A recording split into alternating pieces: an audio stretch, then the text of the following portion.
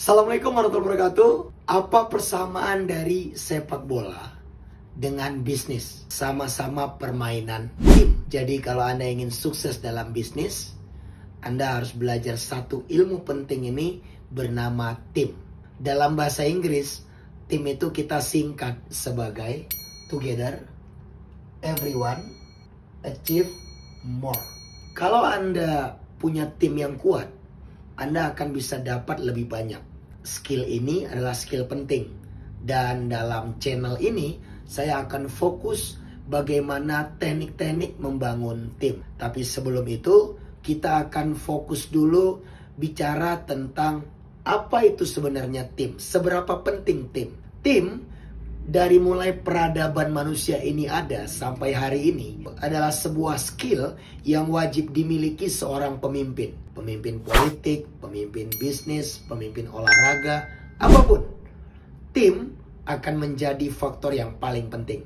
Rasulullah SAW saja ketika ingin membawa Islam sebagai peradaban baru saat itu langsung membentuk tim. Dan timnya tangguh-tangguh. Tapi kali ini kita akan fokus ke bisnis, organisasi, bagaimana membangun tim yang hebat. Salah satu trik yang Anda harus miliki untuk membangun tim, saya menyebutnya adalah dengan skill wheel matrix. Dengan matrix ini, kita bisa memetakan mana tim-tim sesuai dengan kekuatan dan kelemahannya. Dalam skill wheel matrix, kita bisa melihat ada 4 karakter dasar yang perlu kita baca dari setiap tim kita.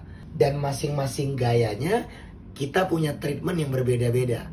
Contoh, kita mulai dari tim dengan skill yang rendah tapi will yang bagus. Orang-orang tipe seperti ini kemauannya kuat, semangat, kepengen nabrak semuanya, tapi secara teknis dia nggak punya skill.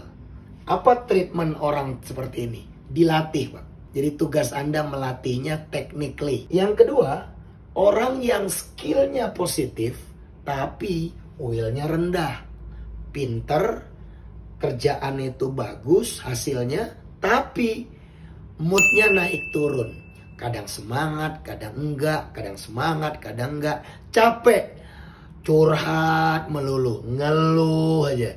Berarti tipe yang ini, Anda perlu motivasi. Artinya, pertanyaan-pertanyaan ke dia lebih ke pertanyaan psikologi. Karena secara teknis dia sudah clear. Jadi kalau ketemu orang begini, yang perlu Anda tanya apa? Gimana kabar kedua orang tua? Komunikasi ke istri atau ke suami gimana? Anak-anak gimana? Nah, area ini adalah area psikologi. Fokus Anda mempertanyakan hal-hal yang tidak teknis.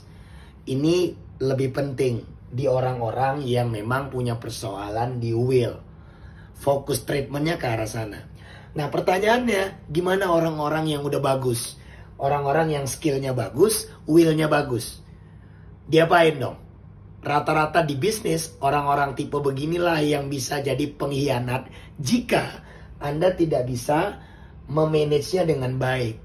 Ya, orang-orang tipe seperti ini harus kita buatkan platform atau pattern karirnya. Jadi karirnya itu di up. Dibuka lebar ruang-ruang kerjasama yang lain, buka bisnis baru, rajai atau kuasai teritorial baru. Nah tipe-tipe seperti ini jangan Anda perintah-perintah.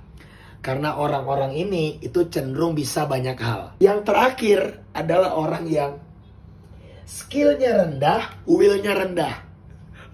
Orang ini diapain? Kata teman saya, dibinasakan aja. Menurut saya jangan. Orang seperti ini ada 2 yang kita lakukan. Yang pertama memang kita pecat ya. Yang kedua adalah kita direction. Kita temani langsung deh.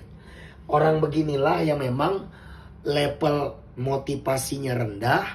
Skillnya juga rendah. Nah orang begini perlu kita ajarin. Tempelkan ke leader yang paling tinggi.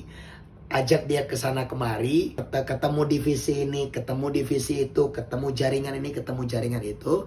Agar dia mulai paham. Dan di fase ini kasih waktu misalnya 3 bulan. 3 bulan orang ini Anda ajarin. Nanti kelihatan. 3 bulan ini dia powernya keluar mana duluan. Motivasinya kah yang tinggi atau skillnya. Anda menemukan skill khusus di orang ini.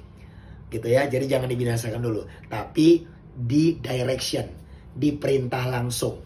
Nah teman-teman, skill wheel matrix inilah yang perlu Anda gunakan untuk nge-treatment tim Anda. Pertanyaannya, mungkin nggak tim kita terjadi rotasi? Misalnya yang dari sini pindah ke sini, yang dari sini pindah ke sini. Bisa, tergantung seberapa cepat dia tumbuh. Makanya dalam bisnis dan organisasi, pertumbuhan kepemimpinan menjadi penting. Ingat, the great leaders create new leaders. Pemimpin besar itu menciptakan pemimpin-pemimpin baru. Tugas Anda adalah membentuk tim ini. Ayo, bagi Anda yang kepengen sukses dalam bisnis, sukses dalam karir, sukses dalam politik atau organisasi apapun, fokus membangun tim. Kalau tim Anda hebat, tidak terlihat tapi kerjanya dahsyat, Anda akan menjadi pribadi yang tangguh dan tinggi level hidupnya. Terima kasih, cek tim Anda, lakukan langkah-langkah untuk membangunnya, karena pemimpin yang hebat punya pasukan yang kuat.